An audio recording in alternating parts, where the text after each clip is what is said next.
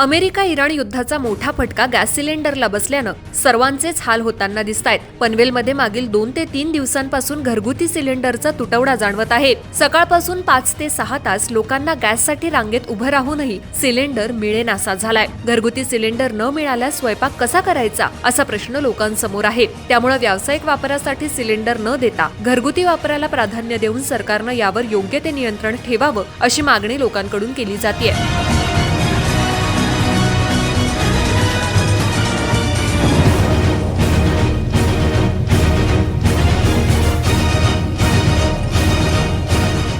युद्धाचा प्रसंग आला असं आम्हाला सांगितलेलं आहे। त्याच्यामुळे झालं का, युद्धाच्या प्रसंगामुळे सगळीकडे सगळ्यांच्या वस्तूंचा तुटवडा भासत आहे आणि या तुटवड्यामधून असं आलं का आता सिलेंडर गॅस पण तुटवडा निर्माण झालेला आहे। तर सकाळी 8 वाजल्यापासून तर आता 11 वाजले, आम्ही लाईनीलाच आहेत। कोणी पावत्या फाडून घेतल्यात, कोणी काय येणार, सिलेंडर येणार आहे म्हणून 2 उरणवरनं येणार आहे, गाडी अजून का आली नाही, गाडी कधी येईल का सांगता येणार नाही। पण लोक बसलेले आहेत सकाळी 8 वाजल्यापासून। पण आम्ही असं ऐकलेलं आहे की सकाळी पहाटे 5 वाजता पण त्यांनी सिलेंडरची डिलिव्हरी दिलेली आहे। 2 गाड्या, एक खाना कॉलनीमध्ये पाठवले, एक पडग्या साईडला पाठवली गाडी। पण रात्री गाड्या का भरून दिल्या यांनी? तर त्यांनी रात्री सकाळी गाड्या ठेवायला पाहिजे ना आम्हाला। सकाळी आम्ही 8 वाजल्यापासून जास्त घेतले जातात काय माहिती नाही आम्हाला, ते आम्ही सांगू शकत नाही। पण सकाळ रात्री कधी धंदा होतो का? 9 वाजता ठीक आहे, 9 वाजता उघडा तुम्ही, तुमचं ऑफिस 9:30ला उघडतो ना, पण तुम्ही 8 वाजता का 8च्या अगोदर डिलिव्हरी काय दिली? गॅसचा तुटवडा निर्माण झालाय। प्रत्यक्षात तरी सांगतात की कोणत्याही प्रकारचा गोंधळ नाही आणि अफवांवर विश्वास ठेवू नका, पण प्रत्यक्षात मात्र अशी दिसते की 4 दिवस झालं मी तरी गॅस बुकिंग केलेला आहे आणि काल सांगितलं मला 8:30ला या, परवा सांगितलं 8:30ला या, काल मी 8:30ला इथं येऊन गेले, पण सकाळी गॅस संपलेले होते आणि आजही पुन्हा त्यांनी 8 वाजता सांगितलं। मी 8 वाजता बरोबर आल्यानंतर सकाळी 6ला गॅस संपलेले आहेत असं सांगितलं।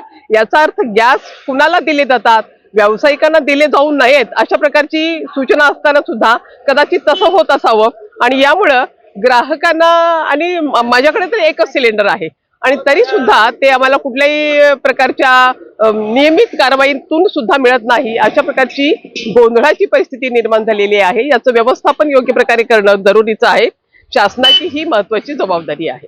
कुठेतरी स्टॉक दाबला जातो हा, असं निश्चितपणे होत आहे। कारण याशिवाय सामान्य माणूस आता रस्त्यावर येणार नाही।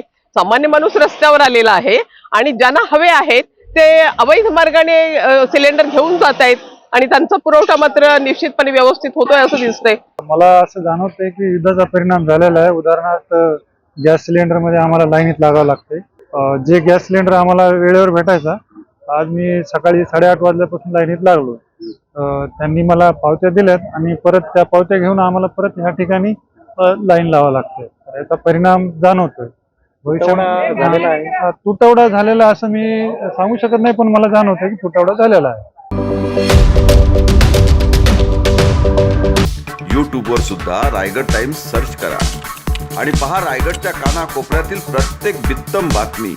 आणि हो, लगेच सबस्क्राईब बटनवर क्लिक करायला विसरू नका।